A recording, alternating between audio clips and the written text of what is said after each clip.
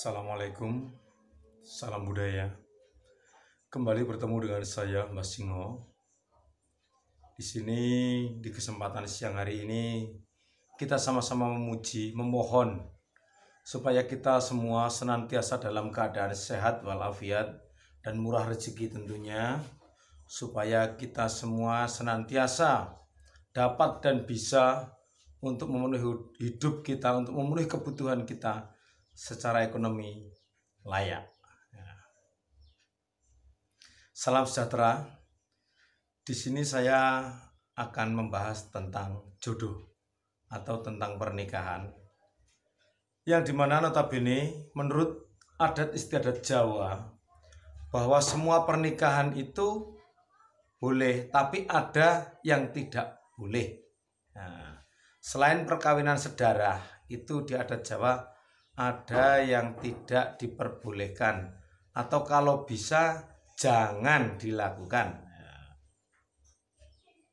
Satu, yaitu dilihat dari pasaran hari kelahiran, yaitu kelahiran Paing dan Wage. Kelahiran Wage dan Paing dianjurkan untuk tidak berjodoh. Kenapa? Di situ disebutkan dengan nama populer yaitu Geying atau Wage dan Paing. Itu tidak diperkenankan untuk menikah menurut adat Jawa. Yang pertama itu satu. Yang kedua yaitu anak pertama dan anak ketiga. Anak ketelu karo kepisan atau 1 dan 3 itu disebut dengan sebutan lusan. Telu karo pisan, lusan, atau 3 dengan 1.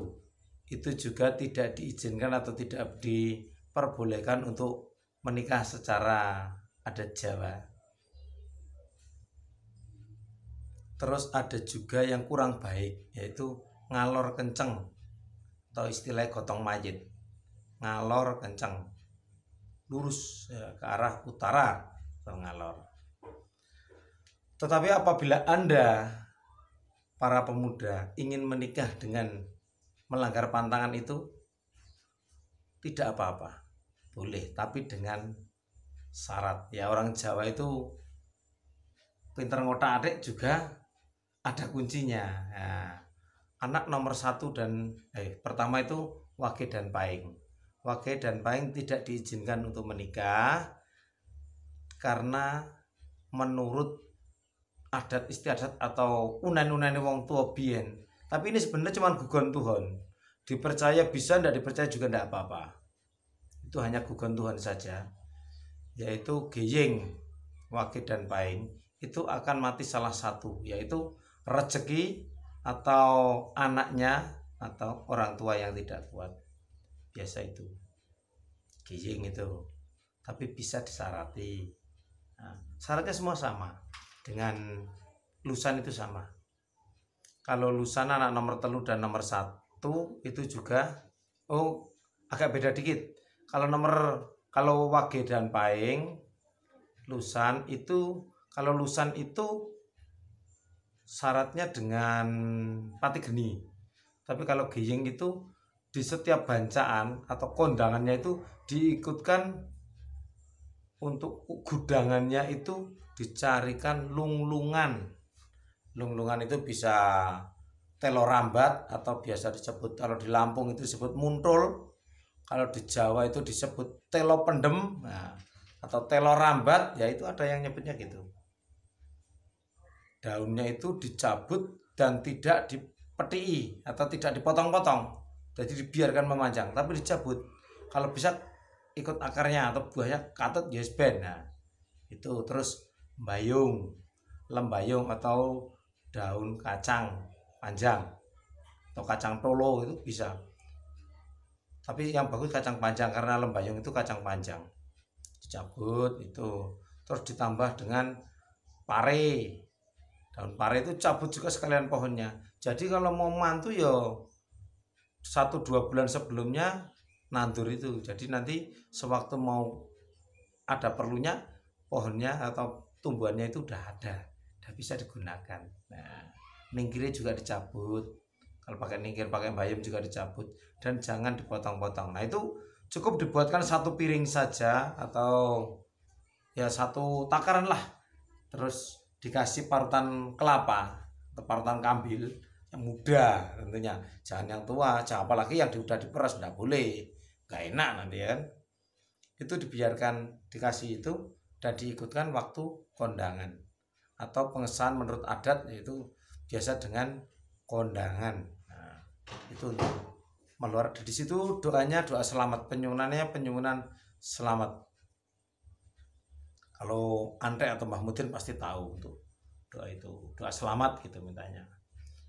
Terus yang kedua tadi adalah lusan 1 dan 3. 1 dan 3 itu bisa disiasati dengan salah satu dari keduanya, salah satunya baik itu suami atau istrinya itu mati geni atau tidak mengadakan acara apa-apa, kosongan, los-losan. Nah, itu bisa dengan cara mati geni. Terus yang ketiga adalah ngalor kenceng. Nah, itu gotong mayat itu juga bisa. Cara mensiasati yaitu dengan memutar jalur atau ibarat ngalor kenceng ya mlaku ngetan dhisik, engko lagi ngalor bar kuwi bali ngulon ning jujukane sing digawe atau ke tempat acara. Itu pas lamarannya begitu. Jadi tidak dijalankan langsung ngalor tapi diputar arahnya dulu. Itu untuk mensiasati. Itulah 3 hal yang tidak diperkenankan atau termasuk ada mewalernya, tapi ya tetap ada gimana cara ngupasnya. Terus ada lagi ketemu weton yang tidak baik untuk menikah. Ibarat weton itu kelahiran yang dihitung ketemu 13, ketemu 12 dan ketemu 12 atau ketemu 13 dengan 11 yang berjumlah 24. Itu menurut adat juga perhitungan Jawa tidak baik. Karena apa? Jatuhnya 24 atau 24 itu tegese orang ngentekke kloso sesuai. Orang ngentekke kloso sesuai. Tegese tidak akan lama untuk berumah tangga. Nah, contohnya ngono kuwi. Itu bisa nang pegatan paduai atau bisa meninggal atau bisa tinggal ora mulih ya. Banyak lah, tapi itu cuman perhitungan. Dan itu wong biyen kuwi mung nyetitekke niteni. Nah, itu 24, 24. Yang ke-25. Kalau kelahiran dihitung 12 dan 13 ketemunya 25 atau berapa tambah berapa lah, yang penting ketemunya 25. Itu tegese nyasrai kebugerang. Apa itu nyasrai kebugerang? Nah, itu yang tidak kuat neneknya, tombai ora kuat kakeke, itu tidak kuat biasanya. Nek diputu temune selawe nek rabi, nyasrai kebugerang. Mbahe loro-loro rendang mulih ono nang pangeran. Nah, kalau 26 biasa. 27 ketemu 27 itu perhitungannya tiba jumbleng. Tahu jumbleng? Jumbleng itu bahasa dulu sebelum bahasa sekarang. Itu dulu itu namanya jumbleng. Kalau bahasa sekarang itu ada yang menyebutnya dengan nama WC ya, tiba WC. Ora tiba nang WC kepleset, itu bukan. Maksudnya tiba jumbleng itu golek sandang pangane gangsar, murah rezekine tapi ora temonjo, atau kerjanya bagus, hasilnya lumayan tapi tidak punya tabungan ya, habis dimakan, masuknya ke jumbleng semua. Tiba jumbleng. Nah, itu yang kurang baik. Terus ada yang baik yaitu 31. Nah, kalau 28, 29, 30 itu biasa, standar-standar aja lah. Kalau 31 itu bagus. Namanya Satuan Ratu. Satuan Ratu itu kuat ing gudo. Wah, kuat ing gudo. Rame, padu, ribut. Suami istri padu tapi tidak bercerai. Kuat nahan itu. Kuat. Satuan Ratu itu kuat nahan untuk hal-hal supaya bubar itu tetap aman, tidak mudah bercerai ya. Ini dulu yang bisa saya ulas tentang perjodohan. Jangan lupa like, komen, dan subscribe. Bisa dibagikan juga. Dan bisa mengikuti video kami selanjutnya untuk masalah yang lain. Nanti kita akan beber masalah kejawen ya, setahu saya yang saya ketahui tentang kejawen. Sedikit-sedikit demi sedikit kita akan uraikan. Terima kasih dan salam budaya.